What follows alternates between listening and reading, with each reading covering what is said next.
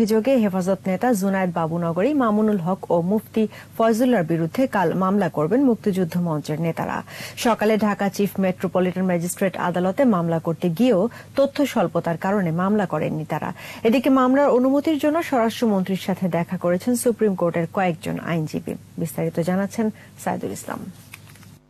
যারা বঙ্গবন্ধুর মৃত্যুর পরে তার মূর্তি বানায় কবরের মধ্যে বঙ্গবন্ধুকে আযাবের মুখোমুখি করছেন, তারা সত্যিকার অর্থে বঙ্গবন্ধুর প্রেমিক হতে পারে না।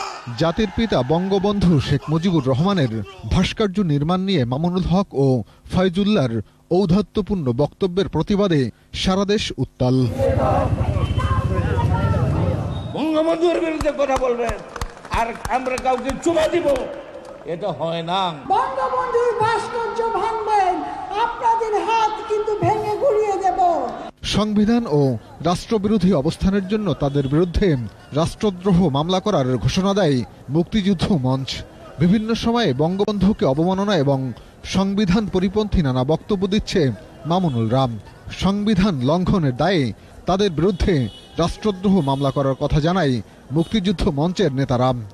বঙ্গবন্ধু শেখ মুজিবুর রহমানকে অবমাননা করে আমরা মনে করি তারা দেশের সংবিধান লঙ্ঘন করেছেন এবং বাংলাদেশের বিরুদ্ধে কথা বলেছেন।